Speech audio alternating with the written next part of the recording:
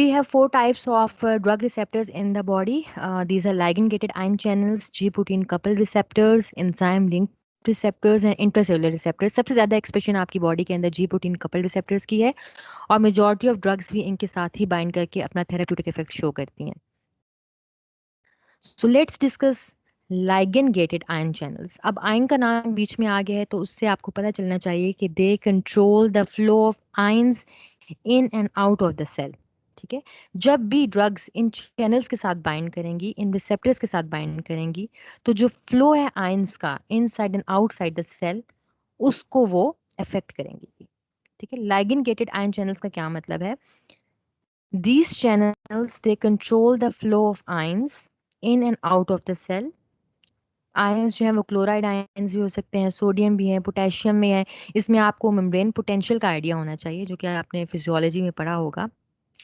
ठीक है, ligand binding of a ligand और binding of a drug to these receptors will affect the flow of ions. ठीक है, बात आपने सिंपल रखनी है, इसकी कॉम्प्लिकेशंस में नहीं जानना.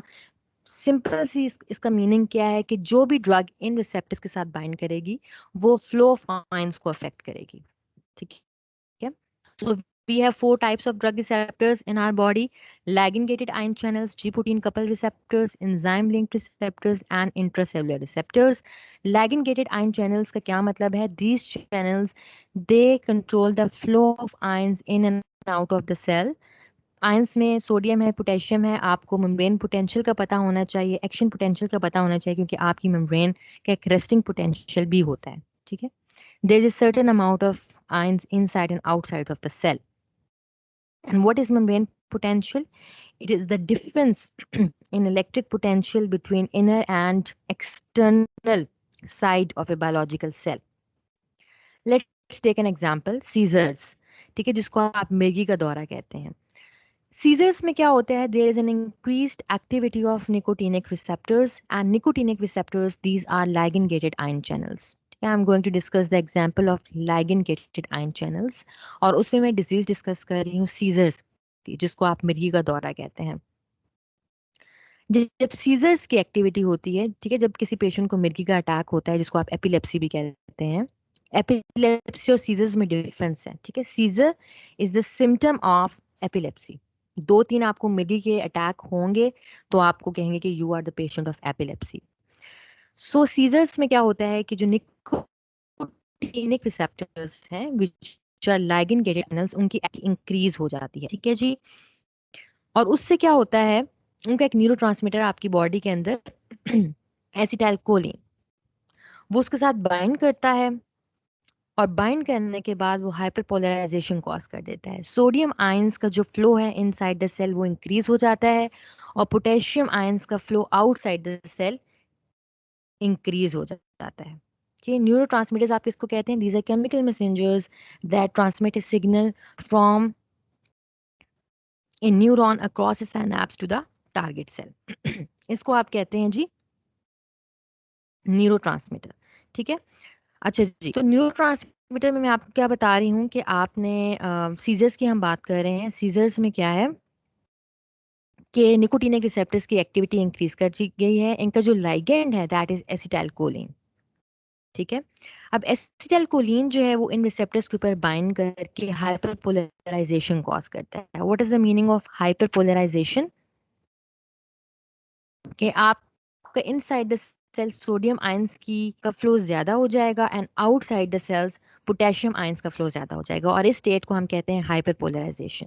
To treat seizures we need a drug that will antagonize acetylcholine in binding to the nicotinic receptors and inhibit action potential, relaxing the patient's condition.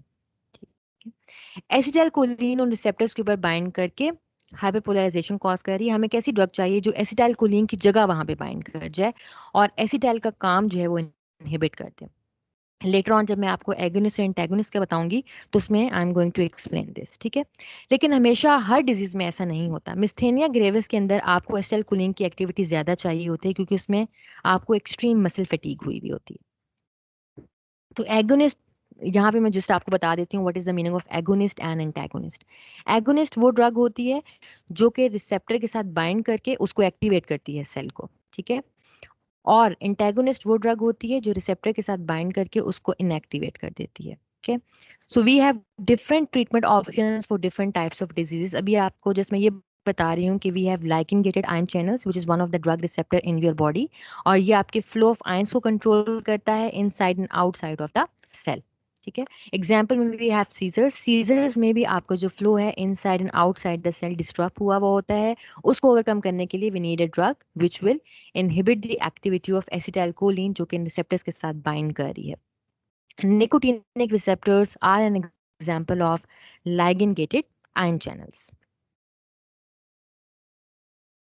ठीक है जी, ion gated receptors localized on the cell membrane पे present होते हैं and they are coupled directly to an ion channel। और इनका काम क्या होता है कि वो आयंस के फ्लो को कंट्रोल करें। इसमें जस्ट आपको ये आइडिया होना चाहिए कि इनका बेसिक पर्पस क्या होता है कि वो फ्लो ऑफ आयंस को डिस्टर्ब करते हैं, उनको अफेक्ट करते हैं। और जब भी हम कोई ड्रग ऐसी देंगे जो किसी लाइगेंड गेटेड आयन चैनल के साथ बाइंड करेगी तो इवेंचुअली आपका जो फ्लो है आयंस का उसको अफेक्ट करेगी। ठीक है, और बहुत सी डिजीज ऐसी होती हैं जिसमें हाइपरपोलराइजेशन हुई भी होती है, डीपोलराइजेशन हुई भी होती है। उसको ठीक करने के लिए, उसको ट्रीट करने के लिए we use specific drugs and examples of seizures।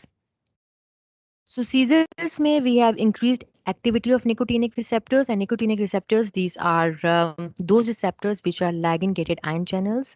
on receptors के ऊपर acetylcholine जो normally आपकी body में present है, brain में present है, ये वहाँ पे act करता है।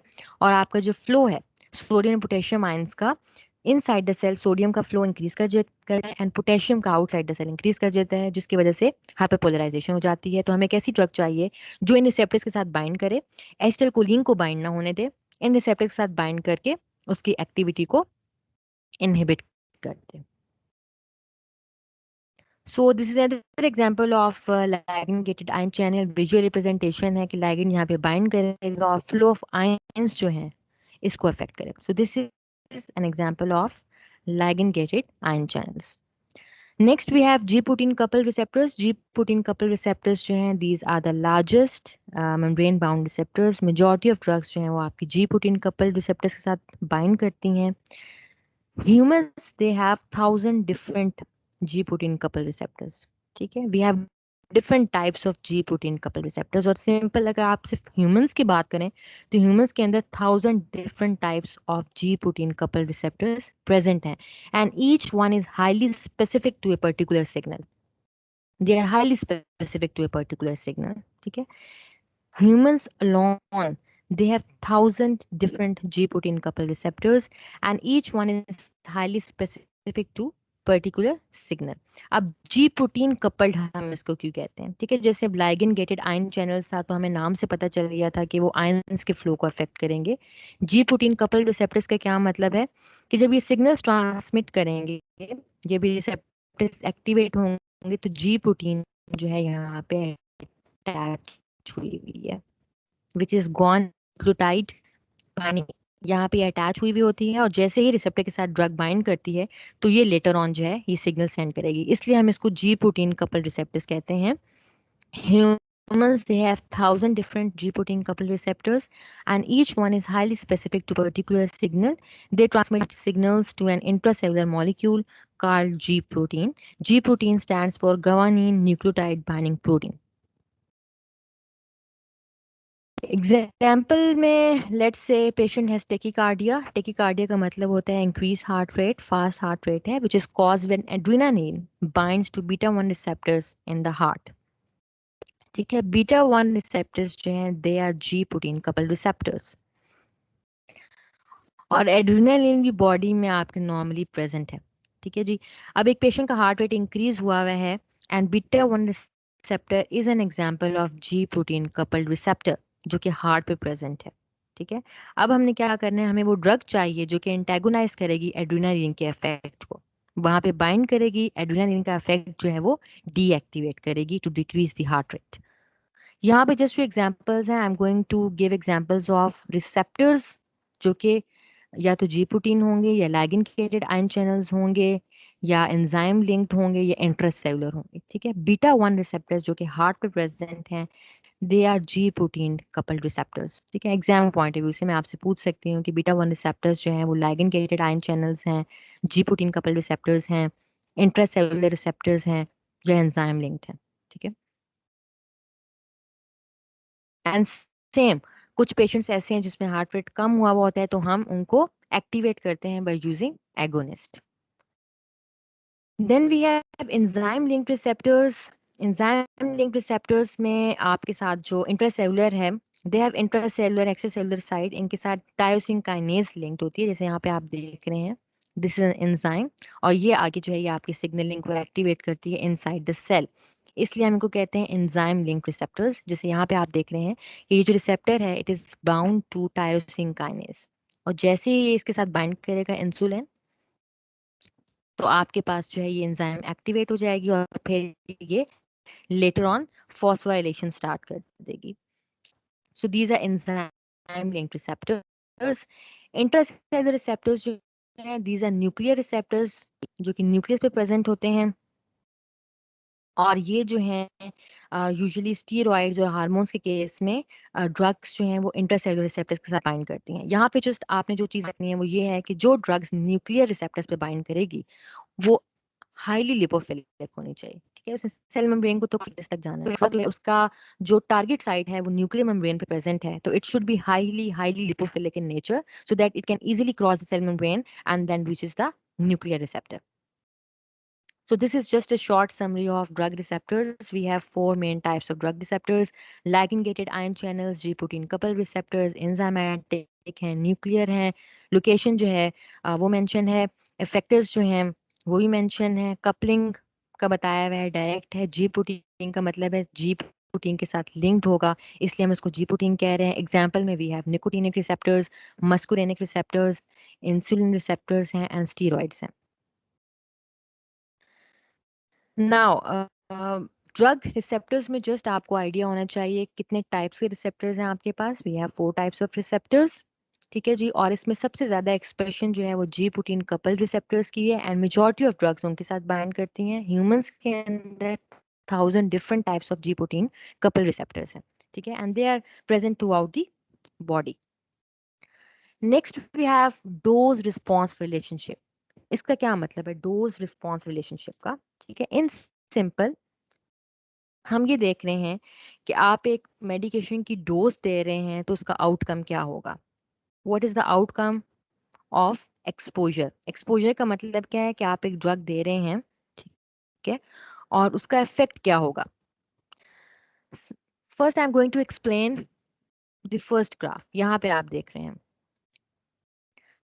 जब आप इनिशियली ड्रग देना शुरू करते हैं तो रिसेप्टर्स वो ऑक्यूपाई करना शुरू करते हैं, इसलिए आप यहाँ पे देख रहे हैं कि आपके पास जो थेराप्यूटिक इफेक्ट है अभी इतना अचीव नहीं हुआ। ठीक है, आपके पास रिसेप्टर्स जो है फॉर एग्जांपल 100 रिसेप्टर्स प्रेजेंट है, आपने एक ड्रग देनी शुरू की है, पहले वो 2 रिसेप्टर्स को ऑक्यूपाई करेगी, फिर 4 को, करते करते वो आपके पास एक मैक्सिमम लेवल आ जाएगा जिसमें जितने भी रिसेप्टर्स हैं वो सेचूरेट हो जाएंगे। ठीक है, इसको आप कहते हैं जी मैक्सिमल इफेक्ट। ये आपके पास एफिकेसी को शो करता है, इसको आप ई मैक्स कहते हैं, ई मैक्स कहते हैं, विच इज मैक्सिमम एफिकेसी। और ठीक है, ये this type of graph is hyperbolic in nature. ठीक है, इसको आप हाइपरबोलिक कहते हैं, दिस इज सिग्मोइडल। ये आपका यहाँ पे आपने ड्रग की जो कंसंट्रेशन है वो लॉग में ली हुई है और यहाँ पे लॉग में नहीं ली हुई। यूजुअली जब भी आप डोज रिस्पॉन्स रिलेशनशिप देखेंगे उसमें क्या है आपके पास लॉग मिलेंगे, and what is the reason वही मैं अभी आपको एक्सप्लेन करूंगी। अभी जस्ट आपको ये पता होना चाहिए कि what is dose response relationship. These are graphical representations of the relationship between the dose of the drug and the effect it achieves. ठीक है, what is dose response relationship? It is the graphical representation of the relationship between the dose of the drug and the effect it achieves. जैसे जैसे आप dose को increase करेंगे effect भी enhance होता जाएगा। नॉर्मली तो यही होता है कि आप 2 mg दे रहे हैं तो आपके पास इफेक्ट जो आ रहा है 4 mg पे ज्यादा आएगा, 6 mg पे ज्यादा आएगा, लेकिन एक मैक्सिमम लेवल है जो कि पहले मैं डिस्कस कर चुकी हूँ, जिसके बाद टॉक्सिक लेवल जो है वो अचीव होना शुरू हो जाता है, but we are talking beyond the toxic level. ठीक है, तो यहाँ पे ये हाइपरबोलिक क्यों है, क्योंकि इनिशियली जब आप दे रहे हैं तो उसने कुछ रिसेप्टर्स को ऑक्यूपाई किया, आहिस्ता आहिस्ता वो कुछ रिसेप्टर्स जो हैं वो इंक्रीज करते जा रहे हैं। जितने रिसेप्टर्स ऑक्यूपाई होते जाएंगे उतना आपका बायोलॉजिकल इफेक्ट भी अचीव होता जाएगा, अनटिल जितने भी रिसेप्टर्स हैं वो सब ऑक्यूपाई हो जाएंगे, सेचुरेटेड स्टेट आ जाएगी। ठीक है, इस स्टेट के बाद क्या होता है कि अगर आप ड्रग और इंक्रीज करेंगे तो आपकी ड्रग अकोमोलेट होना शुरू होगी, उसके पास रिसेप्टर्स नहीं है और फिर toxicity show. So this is hyperbolic and this is sigmoidal. Usually आपको इस सिग्मोइडल कर्व नजर आएगा जब भी आप डोज रिस्पॉन्स रिलेशनशिप को देखते हैं। व्हाट इज द रीजन कि हम लॉग ले रहे हैं कि जब आपने स्मॉल डोजेस का इफेक्ट देखना है, ठीक है, समटाइम्स जिनके थेरेप्यूटिक विंडो नैरो होता है उसमें स्मॉल डोज भी अगर आप इंक्रीज करेंगे तो प्रॉब्लम हो सकती है। वो स्मॉल डोजेस आपको यहाँ पे नजर नहीं आ रही जब आपने लॉग नहीं लिया हुआ। जब आप लॉग ले रहे हैं तो you can see the effect of small doses as well. 0.1 से स्टार्ट हो रहा है, इसलिए हमेशा हम लॉग में डोज रिस्पॉन्स रिलेशनशिप देखते हैं। In simple, what is dose response relationship? It is the relationship between the dose of the drug and the effect it achieves. ठीक है, डोज का और इफेक्ट का आपस में क्या रिलेशनशिप है वो देखें डोज रिस्पॉन्स रिलेशनशिप के अंदर। डोज इंक्रीज करेंगे तो एक जनरल आइडिया आपको भी होना चाहिए कि इफेक्ट भी इनहांस होगा, लेकिन तब तक होगा जब तक उसके रिसेप्टर्स ऑक्यूपाई नहीं हुए। जब उसके सारे रिसेप्टर्स ऑक्यूपाई हो जाएंगे, जब वो सेचुरेटेड स्टेट में आ जाएगा तो आपके पास एक मैक्सिमल इफेक्ट आ जाएगा जो कि यहाँ पे आपको नजर आ रहा है। This is 100% biological effect.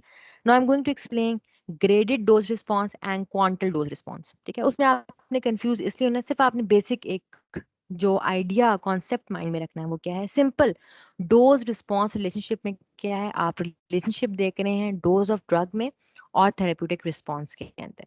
और आपके माइंड में और जितने भी लोग हैं उनके माइंड में यही आइडिया है कि जब आप डोज इंक्रीज करते हैं तो आपका थेरेप्यूटिक इफेक्ट भी इंक्रीज करता है। ठीक है, और ड्रग कहाँ बाइंड कर रही है, रिसेप्टर्स के साथ। ठीक है, जितनी ज्यादा आप ड्रग देंगे उतने रिसेप्टर्स ऑक्यूपाई होंगे, और तब तक होंगे जब तक वो सारे रिसेप्टर्स ऑक्यूपाई ना हो जाएं। और जब वो सारे रिसेप्टर्स ऑक्यूपाई हो जाएंगे तो आपके पास 100% बायोलॉजिकल इफेक्ट जनरेट हो जाएगा। That is graded dose response curve. ठीक है जी, नॉर्मल डोज रिस्पॉन्स कर्व को आप ग्रेडेड डोज रिस्पॉन्स कर्व भी कह सकते हैं। सिंपली आपने क्या किया हुआ है, रिलेशनशिप आइडेंटिफाई किया है between the dose of the drug and effect it achieves. अगर आप वाई एक्सिस में देखें तो बायोलॉजिकल इफेक्ट है सिंगल इंडिविजुअल के अंदर। What is the difference between graded dose response curve and quantal? Graded आप देखते हैं एक इंडिविजुअल के ऊपर, क्वांटल आप देखते हैं पॉपुलेशन के ऊपर। ठीक है, डोज रिस्पॉन्स का मतलब क्या है कि आप डोज का इफेक्ट देखेंगे थेरेप्यूटिक रिस्पॉन्स पे। जब आप ग्रेडेड की बात करते हैं तो आप एक इंडिविजुअल के अंदर देखते हैं कि जब आप डोज इंक्रीज कर रहे हैं तो थेरेप्यूटिक इफेक्ट भी इनहेंस हो रहा है।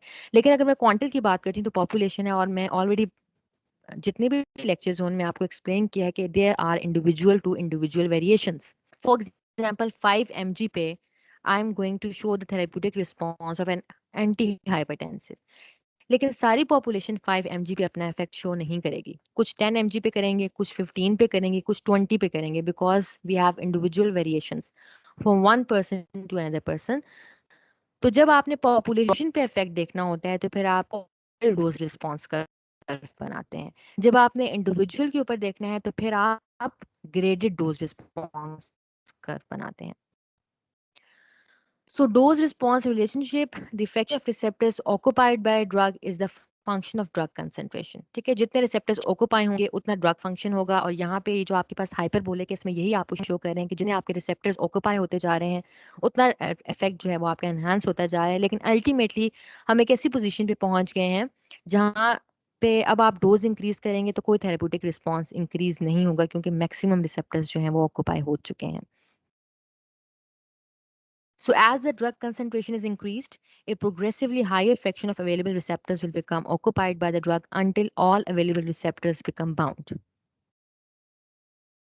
Again, same graph. ठीक है जी, फर्स्ट वन जो है इसमें आपने लॉग नहीं लिया हुआ, सेकंड वन में आपने लॉग लिया हुआ है। और रीज़न यही होती है लॉग लेने की कि उसमें आपके पास जो डोज की वैल्यूज़ हैं, ड्रग्स की कंसंट्रेशंस हैं, वो स्ट्रेच हो जाती हैं। ठीक है, उसमें आप लोअर डोज का इफेक्ट भी देख सकते हैं। So we have two types of dose response relationship, graded and quantal. Individual level पे देख रहे हैं तो आप graded कहेंगे, population level पे आप देख रहे हैं तो quantal कहेंगे। Graded dose response relationship describes a drug effect which increases in proportion to the increasing drug dose. Simple है कि जब आप ड्रग डोज इंक्रीज करेंगे तो आपके पास इफेक्ट थेरेप्यूटिक रिस्पॉन्स भी इंक्रीज करेगा. A graded response to drug is seen in an individual and increase with dose. Individual level पे हम देखते हैं जी ग्रेडेड डोज रिस्पॉन्स को. क्वांटल को हम देखते हैं पॉपुलेशन में. Graded dose response graphs plot the response to drug against its concentration. एक और जो चीज आपने माइंड में रखनी है वो ये है कि जैसे यहाँ पे आप देख रहे हैं कि y एक्सिस पे यू हैव बायोलॉजिकल इफेक्ट और you can say therapeutic effect. This is graded dose response curve. जब आप क्वांटल की बात करेंगे तो यहाँ पे आप नंबर ऑफ रिस्पॉन्डर्स हैं क्योंकि आप पॉपुलेशन पे देख रहे हैं. ये तो आपके पास एक ही इंडिविजुअल था ग्रेडेड के अंदर. जब आप क्वांटल पे आ जाएंगे पॉपुलेशन में देखेंगे तो आपने वाई एक्सिस में नंबर ऑफ रिस्पॉन्डर्स लिखने होंगे. ठीक है. So a quantal dose response relationship describes a drug effect which is binary, either present or absent. A quantal response to a drug is observed in population.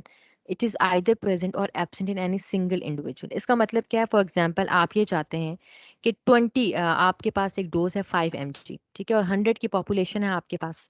आप ये चाहते हैं कि जो 100 की पॉपुलेशन है हाइपरटेंशन के पेशेंट्स हैं, जब आप इनको ये मेडिसिन दें 5 mg में तो 20 mg इनका बीपी जो है वो लो हो जाए. कितने रिस्पॉन्डर्स जो हैं इसको रिस्पॉन्ड करेंगे. ठीक है. 5 mg पे हो सकता है कि सिर्फ 10 लोग शो करें अपना थेरेप्यूटिक इफेक्ट. 10 mg पे हो सकता है 50 शो कर दें. ठीक है. तो उसमें आप डोज एडजस्ट करते हैं पॉपुलेशन वाइज. ओके जी. Then I am going to discuss categories of drugs. Any question regarding graded and quantal dose response curve?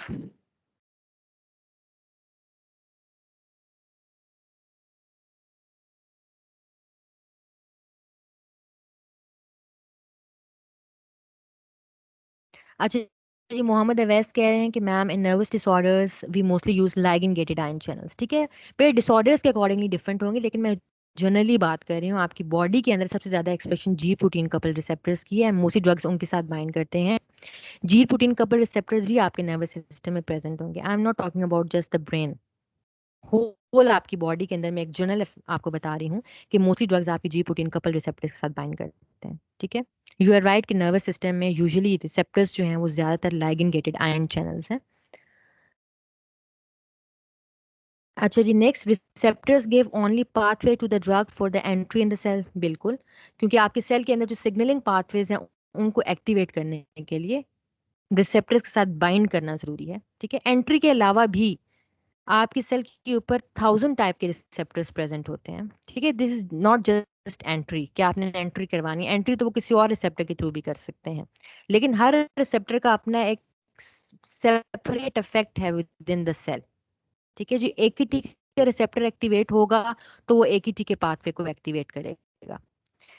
Stat का रिसेप्टर एक्टिवेट होगा तो जैक के पाथवे को एक्टिवेट करेगा. So every receptor they have different intracellular signalling network. It is not just entry. We have to see कि उस receptor की activation के बाद इनसाइड द सेल कौन सा पाथवे एक्टिवेट होगा.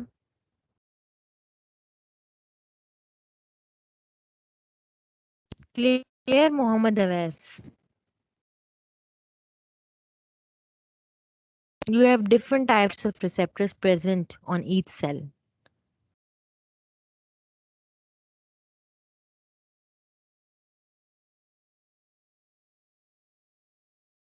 अच्छा. जी प्रोटीन रिपीट कर दें. अदील अहमद का क्वेश्चन है. अच्छा बेटा, आपके पास 4 टाइप्स के रिसेप्टर्स हैं. You have lagging ion channels, ji protein couple receptors. G protein couple receptors जो हैं ये जी प्रोटीन के साथ लिंक्ड होते हैं इंट्रासेलुलरली. ठीक है. और ये आगे फॉस्फोराइलेशन स्टार्ट करते हैं. बहुत से पाथवे ऐसे हैं जो कि later on ji protein coupled signalling pathways होते हैं. जब आपने किसी डिजीज के अंदर उन पाथवेज को डीएक्टिवेट करना है तो फिर आप जी प्रोटीन कपल रिसेप्टर के साथ अपने ड्रग को बाइंड करवाएंगे. ठीक है. तो अभी जस्ट मैंने आपको ये बताया कि there are 4 different types of receptors. G protein coupled हम क्यों कह रहे हैं? क्योंकि वो जी प्रोटीन के साथ बाइंड हुए हुए हैं इंट्रासेलुलरली. और जैसे ही आपकी ड्रग बाइंड करेगी जी प्रोटीन कपल रिसेप्टर के साथ तो जो जी प्रोटीन है वो एक्टिवेट हो जाएगी और जी प्रोटीन जो है लेटर ऑन अपने सिग्नलिंग पाथवेज को एक्टिवेट करेगी. That's why I am saying G protein coupled receptors.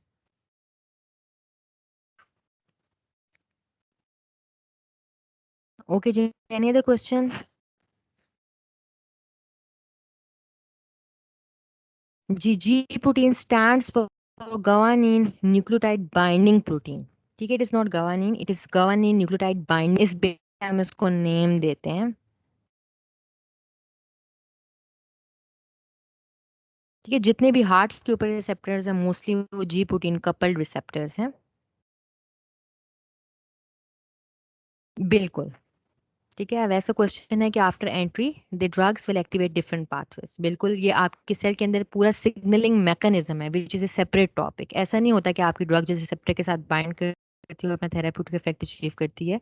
आपके सेल के अंदर we have thousands and thousands of pathways, signalling pathways, और यही पाथवेज डिसरप्ट होते हैं कैंसर के अंदर। ठीक है, कैंसर सेल्स के अंदर सिग्नलिंग पाथवेज की हाइपर एक्टिवेशन हुई भी होती है। नॉर्मल सेल्स के अंदर वी हैव नॉर्मल एक्टिवेशन। तो ये आपका अलग से एक सब्जेक्ट है, this is not just topic. Signalling pathway is separate subject.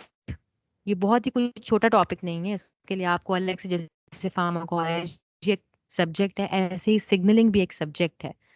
You have thousands and thousands of signalling pathways inside the cell, और वो एक स्टेप पे नहीं होते, उनमें स्टेप्स भी आपके पास बहुत सारे इन्वॉल्व होते हैं। ठीक है, जैसे ब्रेस्ट कैंसर की हम बात करें तो उसमें आपके पास जो है वो एस्ट्रोजन रिसेप्टर्स इन्वॉल्व हो जाते हैं। लंग कैंसर की बात करें तो उसमें ईजीएफआर रिसेप्टर, बाकी रिसेप्टर्स ठीक चल रहे होते हैं लेकिन किसी एक आध रिसेप्टर की हाइपर एक्टिवेशन हुई होती है जिसकी वजह से सिग्नलिंग पाथवेज जो है वो हाइपर एक्टिवेट हो जाते हैं। Next I am going to explain the agonist and antagonist. अब ये कैटेगरीज हैं ड्रग्स की। ठीक है जी, ड्रग्स की कैटेगरीज का मतलब क्या है कि वो एगोनिस्ट भी हो सकते हैं, एंटागोनिस्ट भी हो सकते हैं, इनवर्स एगोनिस्ट भी हो सकते हैं। इसका क्या मतलब है, इसका आइडिया आपको होना चाहिए जी कि ड्रग जो है वो एज ए एगोनिस्ट भी काम कर सकती है, एज एंटागोनिस्ट भी काम कर सकती है, एज ए पार्शियल एगोनिस्ट भी काम कर सकती है। ओके जी, what is agonist? A drug that binds to and activates a receptor. कोई भी ड्रग जो कि आपके रिसेप्टर के साथ बाइंड करके उसको एक्टिवेट कर देगी उसको आप एगोनिस्ट कहेंगे। ठीक है, any drug which is able to bind to and activate a receptor is known as agonist. उसमें further we have types: inverse agonist, full agonist and partial agonist. ठीक है, आपने अपने माइंड में बस ये बात रखनी है कि एक ड्रग जो कि बाइंड होने के बाद उस रिसेप्टर को एक्टिवेट कर रही है उसको हम एगोनिस्ट कहते हैं। And we have further types. Agonist है, फुल एगोनिस्ट है। फुल एगोनिस्ट का मतलब क्या है कि वो आपके पास मैक्सिमल रिस्पॉन्स अचीव करेगी। पार्शियल एगोनिस्ट का क्या मतलब है, उसकी एफिकेसी लोअर होगी as compare to full agonist. और इनवर्स एगोनिस्ट का क्या मतलब है कि वो उसका ऑपोजिट इफेक्ट जनरेट करेगी। अभी मैं आपको विजुअल रिप्रेजेंटेशन भी बताती हूँ एगोनिस्ट और एंटागोनिस्ट का इफेक्ट कैसे। एंटागोनिस्ट वो ड्रग है दैट विल इनहिबिट और alter the activity of agonist. वो ड्रग जो कि रिसेप्टर को इनएक्टिवेट कर दे, जो एगोनिस्ट की एक्टिविटी को इनहिबिट कर दे, उसको आप कहते हैं एंटागोनिस्ट। ठीक है, जितनी भी मैंने आपको मेडिसिन दी हैं वो या तो एगोनिस्ट होंगी या एंटागोनिस्ट होंगी या पार्शियल एगोनिस्ट होंगी या वो फुल एगोनिस्ट होंगी या वो इनवर्स एगोनिस्ट होंगी। So here's the visual representation of agonist versus antagonist। या रिसेप्टर है और ये अपना इफेक्ट जनरेट कर रहा है, फुल एगोनिस्ट है, पार्शियल है, इनवर्स है। सो यहाँ पे ये आपके पास जो है डोज है ड्रग की और ये थेराप्यूटिक इफेक्ट है। फुल एगोनिस्ट जब आप देंगे तो आपके पास फुल मैक्सिमल एफिकेसी जनरेट होगी। पार्शियल एगोनिस्ट जब आप देंगे तो आपके पास फुल एफिकेसी शो नहीं होगी। जब आप एंटेगोनिस्ट देंगे तो वो आपके रिसेप्टर को एक्टिवेट कर देगा, और जब आप फुल इनवर्स एगोनिस्ट देंगे तो अपोजिट इफेक्ट जनरेट करेगा as compare to full agonist. ठीक है, इसमें मैंने ड्रग्स की एग्जांपल नहीं दी क्योंकि वो बहुत कंफ्यूजिंग हो जाता है। जस्ट आपके माइंड में ये होना चाहिए कि फुल एगोनिस्ट वो होगा जो कि मैक्सिमल इफेक्ट प्रोड्यूस करेगा। ठीक है, पार्शियल एगोनिस्ट वो होगा नहीं था। क्यों के जो रिसेप्टर है जो कि एक्टिवेट हुआ हुआ है उसके बहुत ज्यादा इंपॉर्टेंट रोल और भी हैं। एक तो वो डिजीज में भी इन्वॉल्व है, लेकिन बहुत से नॉर्मल पाथवेज के अंदर भी वो एक्टिवेट हुआ हुआ है। अगर हम उसको फुली डीएक्टिवेट कर देंगे या फुली एक्टिवेट कर देंगे, उस चीज से बचने के लिए हम उसको पार्शियल एगोनिस्ट देते हैं, ताकि उसकी एक्टिविटी टू सर्टेन लेवल कम हो जाए। कि जितनी बहुत सी ड्रग्स ऐसी हैं जो कि पार्शियल एगोनिस्ट इन नेचर हैं, बहुत सी मेडिसिन ऐसी हैं जो कि फुल एगोनिस्ट इन नेचर हैं। ठीक है, यूजली हम सिडेटिव्स देते हैं एज ए पार्शियल एगोनिस्ट। जब वो फुल एक्टिविटी शो करेंगी तो आप जो है वो कोमा में जा सकते हैं। ठीक है, इस लेटर ऑन जब मैं आपको सेपरेटली मेडिसिन पढ़ाऊंगी तो उसमें आपको ज़्यादा क्लियर हो जाएगा। जितनी भी ड्रग्स हैं मार्केट के अंदर वो या तो फुल एगोनिस्ट हैं, या वो पार्शियल एगोनिस्ट हैं, या वो इंटेगोनिस्ट हैं, या वो इनवर्स एगोनिस्ट हैं। ठीक है, जैसे इसमें आपको ये आइडिया होना चाहिए, we have two types of categories, agonist and antagonist. Agonist वो ड्रग्स हैं जो कि एक्टिवेट करती हैं, एंटागोनिस्ट वो ड्रग्स हैं जो कि इनएक्टिवेट करती हैं। एगोनिस्ट में we have further two types, full agonist जो कि मैक्सिमम रिस्पॉन्स जनरेट करेंगी, पार्शियल वो हैं जो कि फुल रिस्पॉन्स जनरेट नहीं करेंगी, लोअर एफिकेसी होगी उनकी। और हम पार्शियल एगोनिस्ट क्यों यूज करते हैं, when I will explain individual systems, cardiovascular and nervous system, तो उसमें मैं एक्सप्लेन करूंगी कि why we need partial agonist for this specific receptor. तो उस रिसेप्टर की बहुत ज्यादा इंपॉर्टेंस होगी, इसलिए हम वहां पे पार्शियल एगोनिस्ट को यूज करेंगे। अच्छा जी, आपने माइंड में ये भी रखना है कि जितने रिसेप्टर्स आपकी बॉडी में हैं उनका कोई ना कोई इंपॉर्टेंट रोल आपकी बॉडी में एग्जिस्ट कर रहा होता है। इसलिए जब हम उनको डीएक्टिवेट करते हैं, इनएक्टिवेट करते हैं, तो बहुत सी प्रॉब्लम्स रीजनरेट हो जाती हैं। ठीक है, इसीलिए कैंसर की जो थेरेपी है, जब हम एक रिसेप्टर को इनएक्टिवेट करते हैं कैंसर में, तो जो आपके नॉर्मल पाथवेज हैं वो भी डिस्टर्ब हो जाते हैं। ये दैट्स वाई अभी तक कैंसर का कोई स्पेसिफिक ट्रीटमेंट नहीं आ सका। लेटर ऑन जो है आपका सर्वाइवल इंक्रीज करते हैं, अल्टीमेटली डेथ हो जाती है, क्योंकि ड्रग्स अभी तक हमारे पास स्पेसिफिक नहीं आई। उसके बाद जो है वो आपके पास क्या आता है जी, इसमें फर्दर कॉम्प्लिकेशंस आ जाएंगी। आपका जो रिसेप्टर है वो म्यूटेट कर गया है या वाइल्ड टाइप है। ठीक है, जैसे अभी आपको सिर्फ ये आइडिया होना चाहिए कि what is the difference between agonist and antagonist. Agonist आपके रिसेप्टर को एक्टिवेट करेगा, इंटेगोनिस्ट इनएक्टिवेट करेगा। हम पॉइंट ऑफ व्यू में आपको ऐसे दे सकती हूँ क्वेश्चन कि एक पेशेंट है आपके पास जिसमें एक रिसेप्टर है निकोटिनिक। ठीक है जी, और निकोटिनिक रिसेप्टर जो है वो एक्टिवेट हुआ है, बहुत हाइपर एक्टिवेशन हुई हुई है। आप इसको एगोनिस्ट देंगे या एंटेगोनिस्ट देंगे? तो आपका आंसर एंटेगोनिस्ट होना चाहिए, because we want to inactivate this receptor. Then next topic is types of drug interactions. Any question regarding agonist antagonist?